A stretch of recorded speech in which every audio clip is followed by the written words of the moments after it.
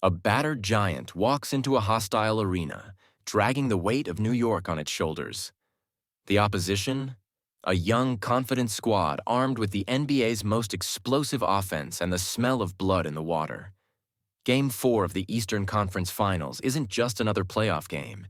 It's a turning point in the war between grit and speed, toughness and finesse. This is a fight for momentum, for legacy, and for survival. Welcome back to Beyond the Box Score. Tonight, we take you deeper than the highlight reels. Through the injuries, the tactics, the psychology, and the numbers that will define Knicks versus Pacers, Game 4. Indiana leads the series 2-1. But don't blink because New York has made a habit of coming back from the dead. The series started with a bang. Game 1 was pure Madison Square Garden magic. Jalen Brunson dropped 43, Josh Hart went full Iron Man, and the Knicks sent an early message. Even injured, even tired, they don't back down. Game 2 was the adjustment. Rick Carlisle counterpunched, pushing pace and punishing New York in transition. Tyrese Haliburton found his groove, the Pacers shooters woke up, and the Knicks' short rotation showed cracks. Game 3? That's when things got real. The Pacers fed off the Gainbridge Fieldhouse crowd, and Haliburton exploded for 35 points and 7 threes. Pascal Siakam was a force inside and out, and while Donte DiVincenzo poured in a heroic 35 for New York, it wasn't enough. Indiana won 111-106, taking a 2-1 lead and swinging momentum hard in their favor. But as we've seen time and time again, the Knicks don't go quietly. Let's get real, this isn't the same Knicks team that started the postseason. Mitchell Robinson is out. Done for the playoffs with another aggravation to his surgically repaired ankle. OG Anunoby? Still questionable. The hamstring that knocked him out of Game 2 remains an issue. He hasn't practiced and is considered a game-time decision. Julius Randle? Long gone. Out since April with a dislocated shoulder. Josh Hart?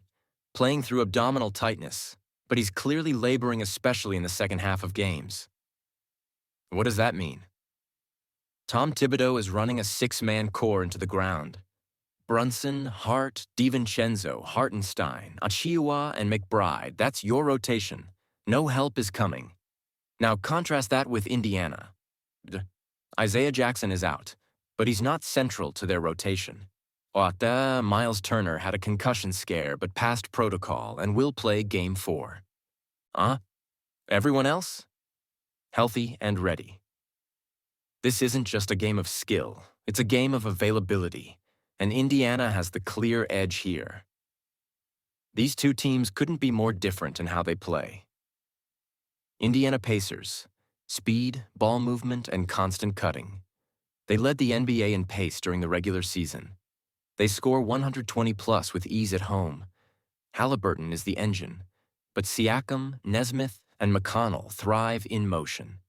They want chaos. They want fast breaks. They want transition threes. End. New York Knicks.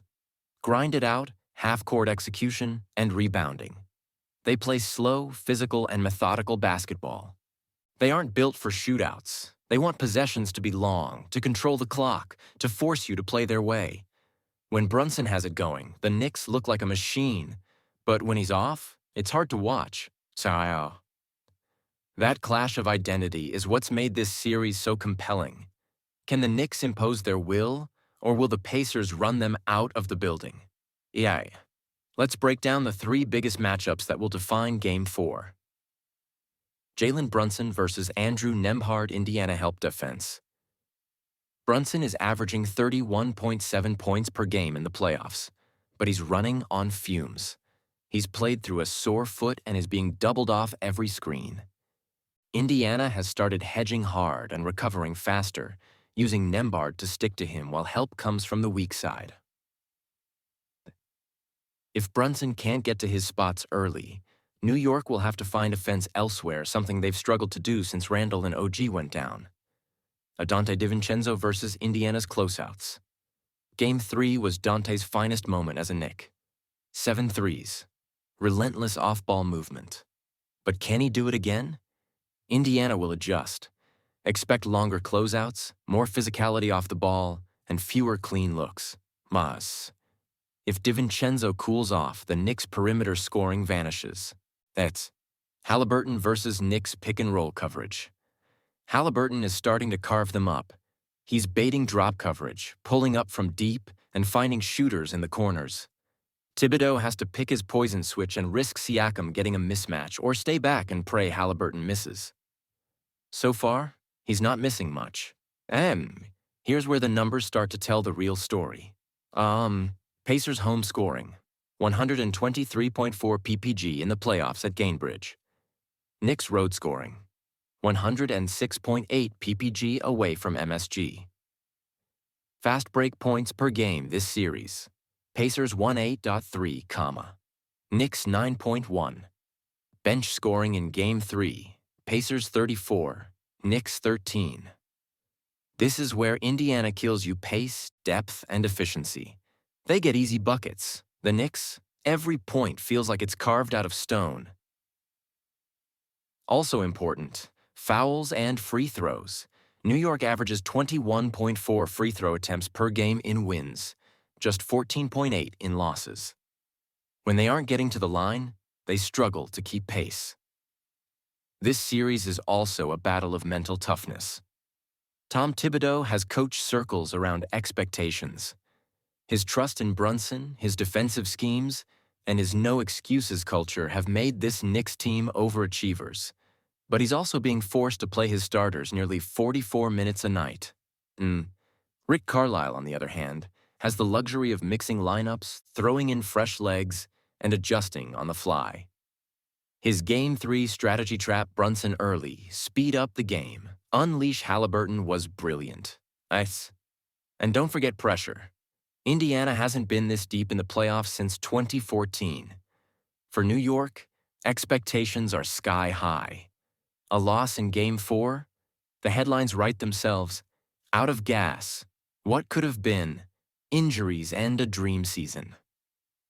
As of now, Indiana is favored by 5.5 points. The over-under is at 217.5, rising slightly after Game 3's scoring pace. On betting sites like DraftKings and OddsShark, 63% of bets are on the Pacers to cover. 58% of the money is on the over. That reflects public confidence in Indiana, but also the sense that Game 4 could open up. If OG Anunoby plays, this line might drop to 3.5 or 4. If he's ruled out, don't be surprised if it jumps to 6+. Down. Here's where we land. And 10. If OG Anunoby plays and is at least 70% effective, the Knicks have a shot. He can disrupt Haliburton, switch onto Siakam, and provide crucial spacing on offense. If he's out and Turner is healthy, the Pacers have too much. Too much pace, too much depth, too much rhythm.